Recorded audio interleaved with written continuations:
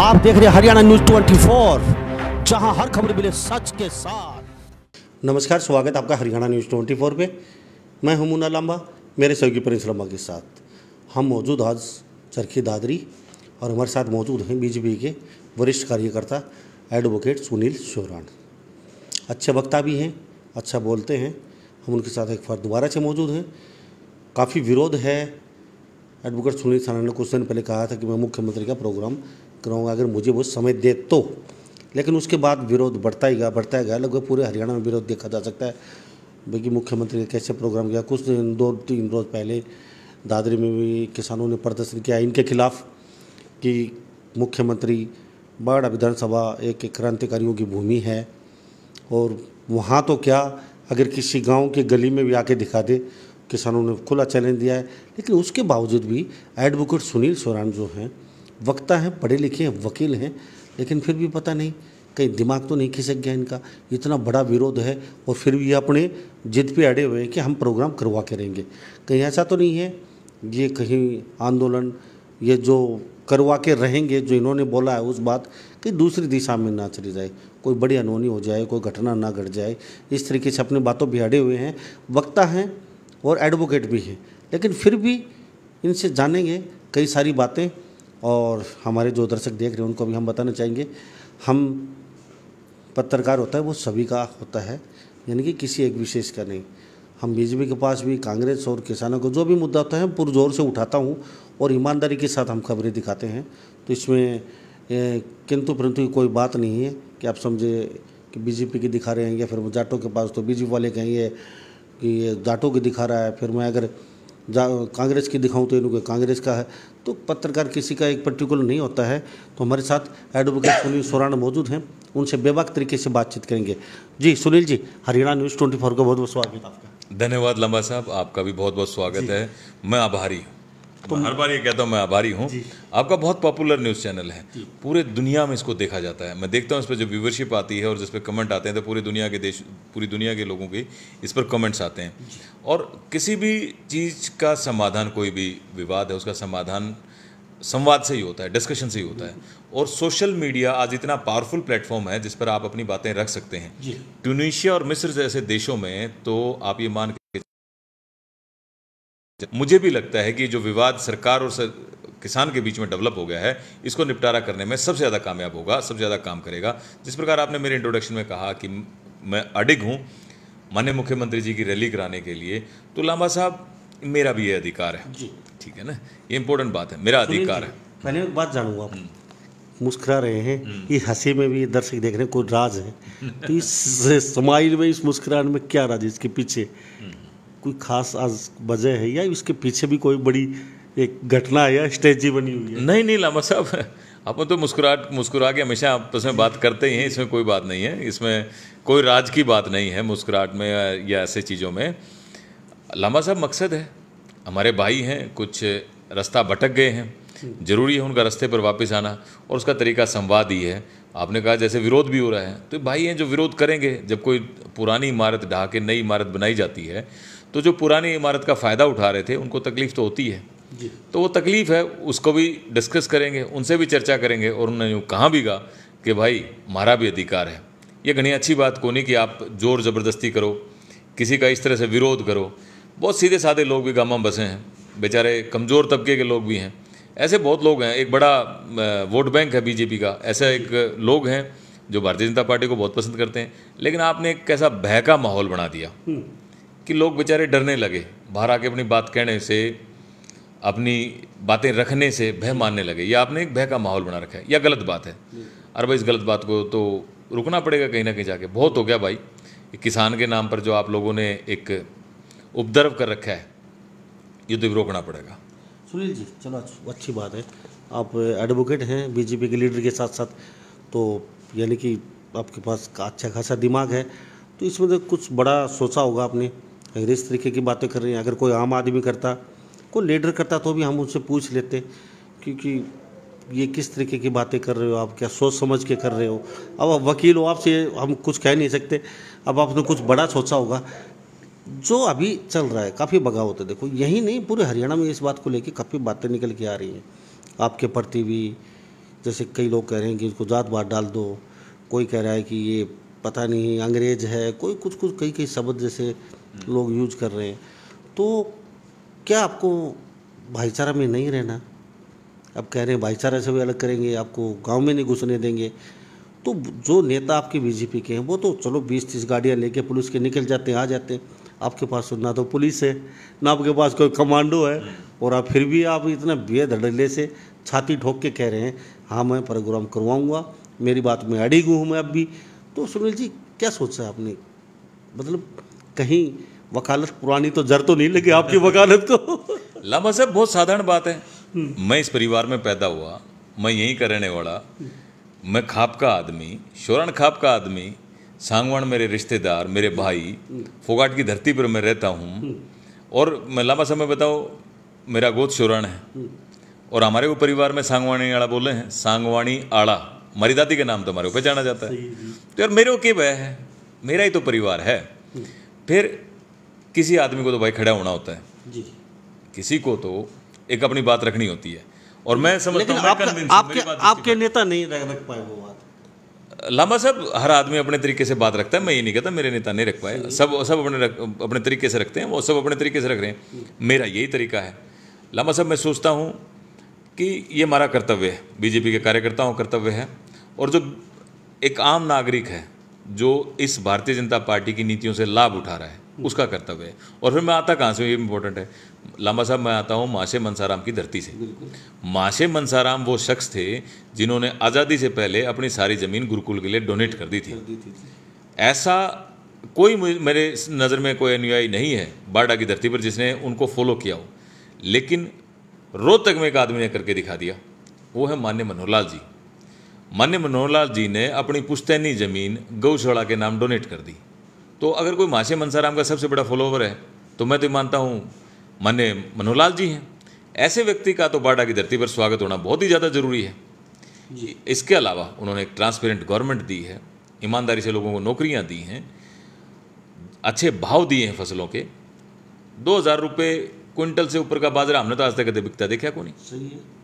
कबूतरा या मुर्गियां डाला जाया करता। आज पूरा राजस्थान हरियाणा की तरफ देखता है कि हमारा बाजरा किधर जाके हरियाणा में बिक जा। और आपने को क्या चाहिए? एक ऐसा व्यक्ति जो दिन रात किसानों की सोचता है, किसानों की परवाह करता है। और उसी प्रकार से माननीय मोदी जी, इन बिल्स की दरकार बहुत सालों से थी, किसी की हिम्मत को नहीं हुई। लामा साहब ये मोदी जी थे कि सब एमपीज ने गदड़ उन पर गुट्ठे टेक दिए इस कानून पर।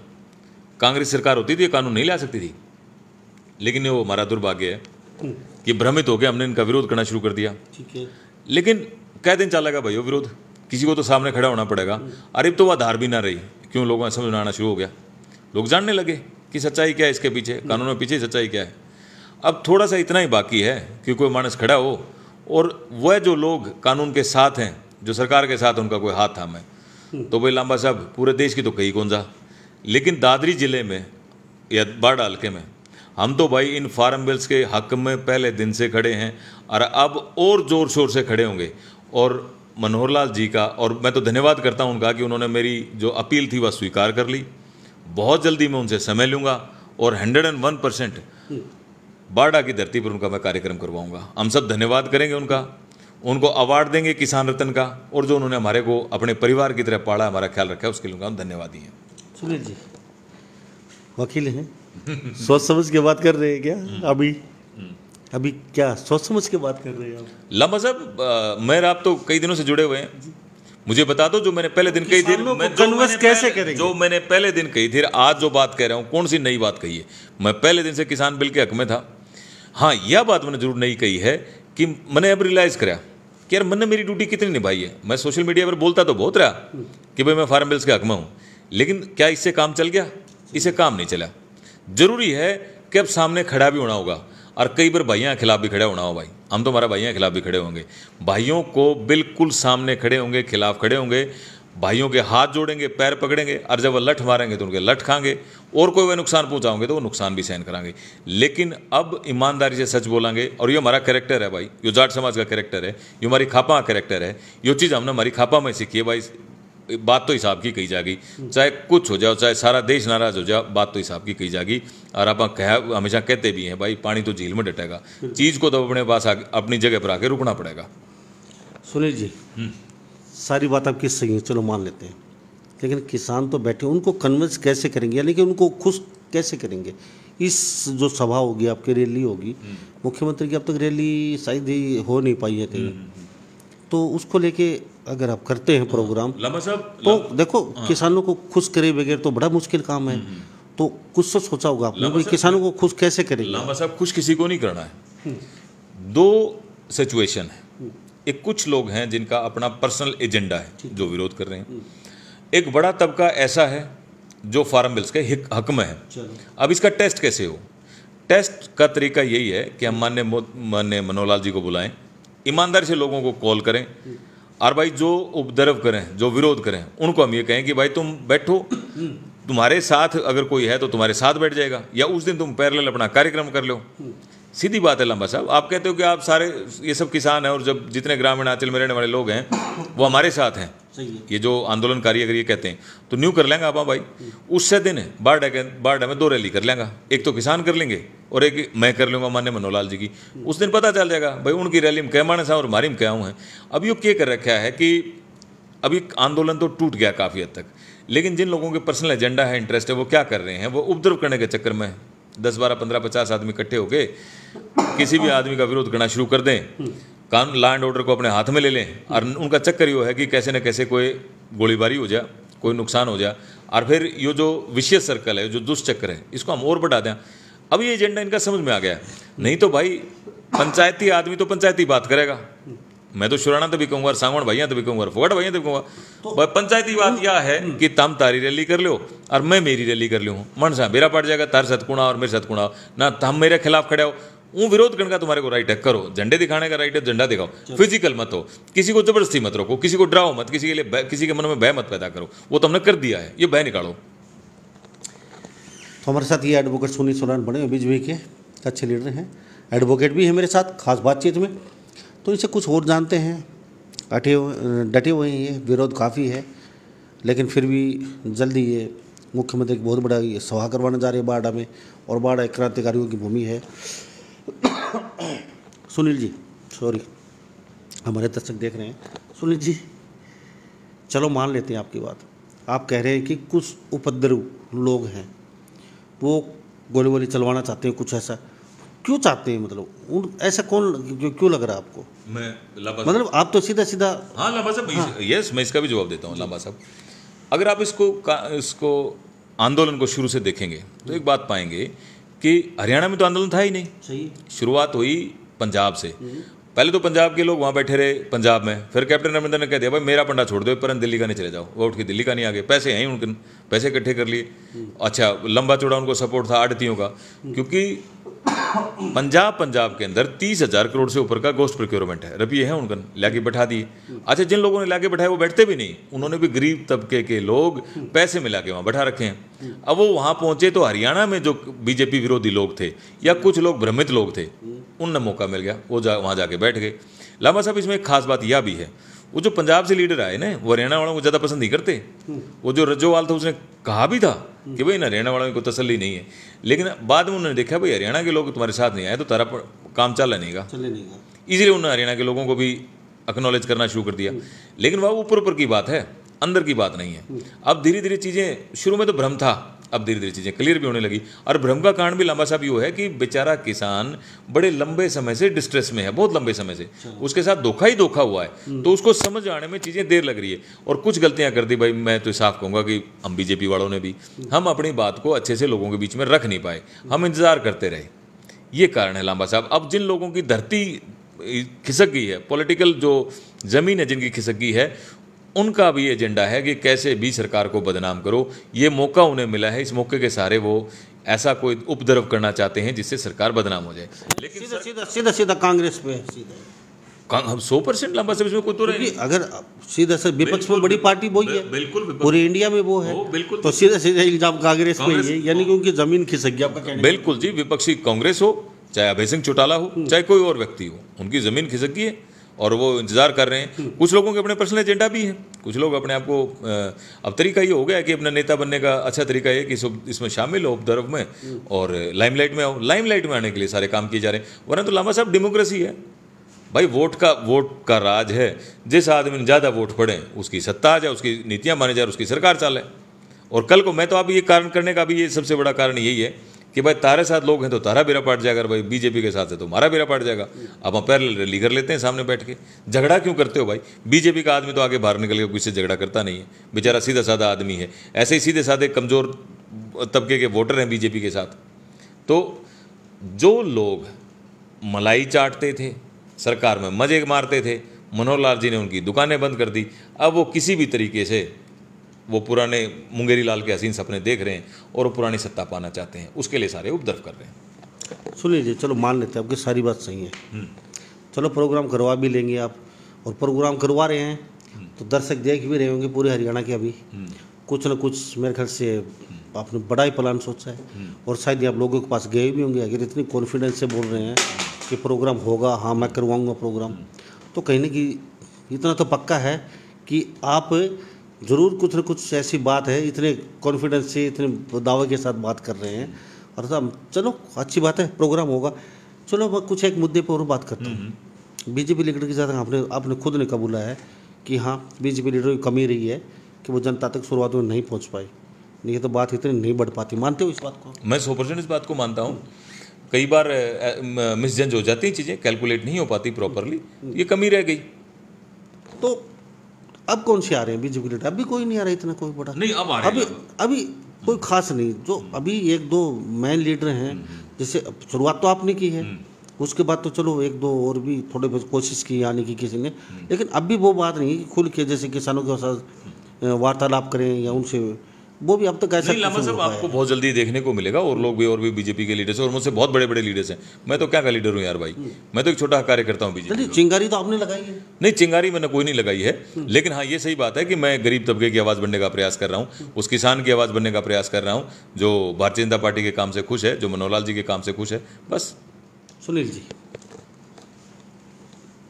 अब आप किसानों से कहते थे कि भाई कुछ कर देंगे, अभी आना जाना बंद कर रखा है जेजेपी और बीजेपी का, अब शॉर्टकट तरीके से एकदम इतने लाइमलाइट में आ गए, तो कहीं ना कहीं आपको जो बीजेपी की लीडर है, आपके साथी है, उनसे बहुत आगे निकल चुके हो आज आप, तो क्या लगता है वो टांग खिंचाई नहीं करेंगे क्या? अब उनसे खतरा और नहीं हो गया आपको ज़्यादा?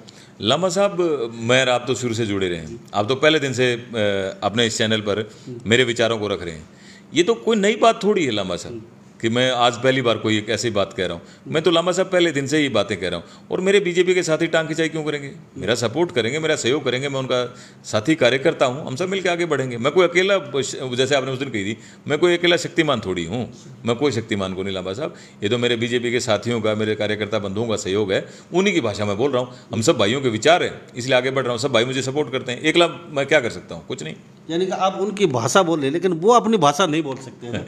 वो भी बोलेंगे, उनकी भाषा भी आप जल्दी सुनने में आ गई। और हर कोई को बोलने की जरूरत नहीं होती, एक जना बोले तो बोलूँ मैं हूँ और बुलवाऊँ मेरे भाई से जी।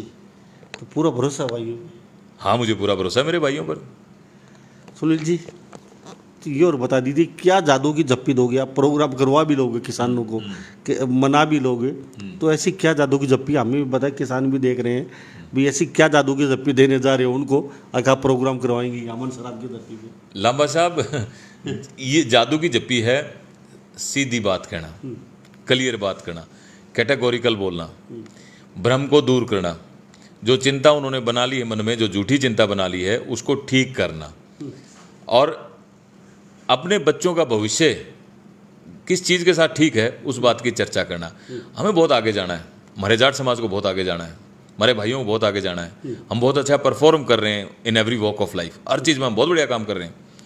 तो अब ये जो कचरे का टोकरा है, हमने हमारे सिर पर ना देना, आगे बढ़ना है इस चीज़ से। हम हर जगह देश का नाम रोशन कर रहे हैं, हम देशभक्त आदमी हैं, हम लोगों को साथ लेके चलने वाले आदमी हैं, हम बड़े दिल के लोग हैं, हम भाईचारे को मानने वाले आदमी हैं। हमारे तो ऐसे फैसले होते हैं, हमने कोर्ट्स की जरूरत नहीं होती, हमारी खाप परंपराएं पूरी दुनिया में मानी जाती हैं। और राजा हर्षवर्धन के समय से हमारी खापों का एक बड़ा योगदान रहा है। 1857 की लड़ाई हमने लड़ी है, जब मोहम्मद गोरी गुजरात को लूट कर वापस जा रहा था, हमने तो उसके छक्के छुड़वा दिए थे। अहमद शाह अब्दाली को हमने कई बार पिटा है। तो अब आपकी सरकार के छक्के छुड़ा रहे हैं? नहीं, सरकार के छक्के नहीं छुटा रहे हैं। थोड़ी भ्रम की स्थिति हो गई है। हम गोकुला जाट के वंशज हैं, हम रास्ते से चलने वाले आदमी हैं। थोड़ी भ्रम की स्थिति हो गई थी, उसको ठीक करेंगे। और मनोहर लाल जी का सम्मान करते हैं, हम धन्यवादी हैं उसके कि वो इतनी अच्छी नीतियों के साथ सरकार को चला रहे हैं। सुनिए, एक बात और जान लेते हैं। अभी मैं कई खिलाड़ियों के इंटरव्यू किए हैं, उनके घर की दिशा दिखाई है मैंने आपको, और सभी लोगों ने देखा भी है उनको। हालत बहुत समस्या विकट बनी हुई है। आपने अनाउंस कर दिया कि ओलंपिक जीत के लिए 6 करोड़ रुपये ले लीजिए, लेकिन ओलंपिक तक पहुँचे कैसे गए ये कभी आपने देखा ही नहीं है, आपकी सरकार ने नहीं देखा है। संदीप जी खेल मंत्री हैं, वो लोग कैसे कैसे दाल रोटी खा के और ओलंपिक की तैयारी कर रहे हैं। वो लोग नेशनल एंड अंतर्राष्ट्रीय मेडलों की तैयारी कर रहे हैं, कुछ जीत के भी लेके आए हुए हैं। ना तो उनको नौकरी मिली, ना अब तक उनको कोई पैसा मिला, ना कुछ कोई जुगाड़ उनका। तो उनके लिए भी कुछ कर दीजिए, आपके मनोहर लाल जी से बोल दीजिए। आपके बड़े लीडर भी देख रहे हैं, थोड़ा बहुत नहीं तो जो बच्चे खिलाड़ी मैदान में उतरे हुए हैं, कम से कम 5-5 लाख का चेक तो वैसे भी लामा साहब, उनके जिनके भी स्पेसिफिक इनपुट्स हैं, मैं आपको भरोसा दिलाता हूँ, जिनके स्पेसिफिक इनपुट्स हैं, और ऐसे लगता है कि किसी खिलाड़ी भाई को सरकार की तरफ से सपोर्ट आना चाहिए था और जो नहीं आ पाया। आप पूरे हरियाणा को ट्रैवल करते हैं, आप लोगों से मिलते हैं, खिलाड़ियों से मिलते हैं, ऐसा किसी का स्पेसिफिक इनपुट आपके पास है तो आप मेरे को दे दें। मैं आपको विश्वास दिलाता हूँ जल्द ही उनकी फाइनेंशियल हेल्प या किसी की नौकरी होती होगी तो नौकरी की हेल्प। आप ये मान के चलो, ये वेलफेयर स्टेट की धारणा वाली सरकार है, हर तबके का ध्यान रखने वाली सरकार है। आप ऐसी बात हमारे नोटिस में लेके आओ, जरूर समाधान होगा। तो सुनील जी, आपके खिलाफ धरना प्रदर्शन हुआ है, नारेबाजी हुई आपके खिलाफ, और फिर भी आप बार बार कह रहे हैं कि मुख्यमंत्री का प्रोग्राम बहुत जल्दी करवाऊंगा मैं। तो चलते चलते आखिर में किसानों को क्या कहेंगे, किस तरीके से क्या समझाएंगे? अब तक तो आपने कुछ दौरा भी नहीं किया, किसानों के बीच नहीं गए, और उसमें साफ साफ किसानों ने बोला है आपका बहिष्कार करते हैं हम, आप भी गांव में नहीं घुस कर सकते, मनसाराम की धरती है, काट देंगे, पीट देंगे, बराबर कर देंगे, और मुख्यमंत्री के गली में आके दिखा दे। तो क्या लांबा साहब, वो मेरे भाई हैं, हम का कितायाड़ा हैं, मुझे उनका चैलेंज स्वीकार है। जो भाई ने कहते हैं ना कि मेरे गाँव में हड़ोदी तो गांव के जाना हुआ, हम तो उस भाई के गांव में जाएंगे, जगबीर गसोला के गांव में सबसे पहले जाएंगे, वहीं से शुरुआत करेंगे। गसोला गांव पहले मेरा है, बाद में जगबीर का है। जगबीर बड़ा हार्डवर्किंग लड़का है, मैंने देखा है, किसानों की लड़ाई लड़ने वाला लड़का है, ऐसी बात नहीं है, मेरे मन में उसके लिए सम्मान है। लेकिन हाँ, इब मैं तो ये कहूँगा गलत गाड़ी की टिकट कटा गया, भ्रमित हो गया, थोड़ी तावड़ में है, जल्दबाजी में चडूनियर का चक्कर में फंस गया, गलत रास्ते चला गया। एक ऐसा काम, भाई नेतागिरी करनी तो कोई बात थोड़ी है, नेतागिरी सरकार का विरोध करके ही थोड़ी होती है। और सरकार का विरोध तो आप करते रहते थे, कितनी बार आप धरना प्रदर्शन करते थे। मैं तो सरकार का आदमी, फिर भी मैं देखो मैं कहता हूँ कि भाई आप एक अच्छी लड़ाई लड़ते थे, मैं तो उसकी बढ़ाई कर रहा हूँ। लेकिन ईब का गलत गाड़ी की टिकट कटा रहा है, ये पक्की बात है। और जिस दिन गसोला जाऊंगा उस दिन जगबीर ने टेलीफोन करके जाऊंगा, शुरुआत गसोला करूंगा, हर गांव में ट्रैवल करूंगा, भैया तो मिलूंगा, गांव के सरपंच और नंबरदारा तो मिलूंगा, हाथ जोड़ूंगा, पाँव पकड़ूंगा और 100% चीज़ें क्लियर करूंगा। ये जो तीनों किसान बिल हैं, ये किसान का हित में है, किसान का फेवर में आए हैं, भ्रमित होने की जरूरत नहीं है। अब मौका है एंटरप्रेन्योर बनने का, अपने बच्चों का अच्छा भविष्य देखने का और इन कानूनों का लाभ उठाने का। भ्रमित नहीं होना है, रास्ते से चलना है। जी, बहुत बहुत धन्यवाद आपका हमारे से बातचीत के लिए। लेकिन मैं एक वो सॉरी मैं दर्शकों को चाहूँगा, आप गाना भी अच्छा गुनगुना लेते हैं, बीजेपी के लीडर इतना अच्छा गाते नहीं है, लेकिन वक्ता काफ़ी अच्छे हैं, तो कई गाना भी गुनगुनाते हैं, मेरे देश की धरती सोना उबले, वो कुछ तरीके से। तो थोड़ा सा हमारे दर्शक देख रहे हैं, अब लीडर तो बीजेपी के हैं। नहीं लामा साहब, नहीं लामा साहब, मैं गाना नहीं गाना, अकेले में गाते हैं, अकेले गाने आदमी है, मैं माइक पर हम गाना गाने वाले आदमी। तो हमारे साथ ये एडवोकेट सुनील सोरान जी बने होते, अच्छे वक्ता हैं, एडवोकेट हैं, और अब तक ये रुके हुए हैं क्योंकि बहुत जल्द ही मुख्यमंत्री का प्रोग्राम हम करवाएंगे। और जो किसान भाई हैं, मेरे भाई हैं, उनके साथ मिलूँगा, गांव में जाऊंगा, उनके साथ चाय पानी पीऊँगा और उनको कन्वर्स यानी कि उनको मनाऊंगा। उसके बाद ही हम मुख्यमंत्री का प्रोग्राम करेंगे। अब देखने ये होगा क्या वास्तव में मुख्यमंत्री का प्रोग्राम कर पाते हैं, या तो भविष्य के गर्म में है या नहीं पाते हैं। कमेंट में आप राय जरूर दे दीजिए, आपके कमेंट का हमें बेसब्री से इंतजार रहता है। क्या वास्तव में एडवोकेट सुनील सोरान जो बीजेपी के नेता हैं कि प्रोग्राम करवा पाएंगे या फिर नहीं पाएंगे? आपसे मिलने आ रहे हैं तो किस तरीके से इनको ट्रीट करेंगे आप? शायद ये भी लिख दीजिए, लठ रखेंगे या फिर क्या जूते रखेंगे इनके लिए, क्या किस तरीके से इनका स्वागत होगा? पहले तो सुनील जी आपके पास पहुँचेंगे। तो मैं इन सभी बातों के साथ मैं मुन्ना लांबा मेरे सहयोगी प्रिंस लांबा के साथ हरियाणा न्यूज़ 24। नमस्कार, जय हिंद। आप देख रहे हैं हरियाणा न्यूज़ 24, जहां हर खबर मिले सच के साथ।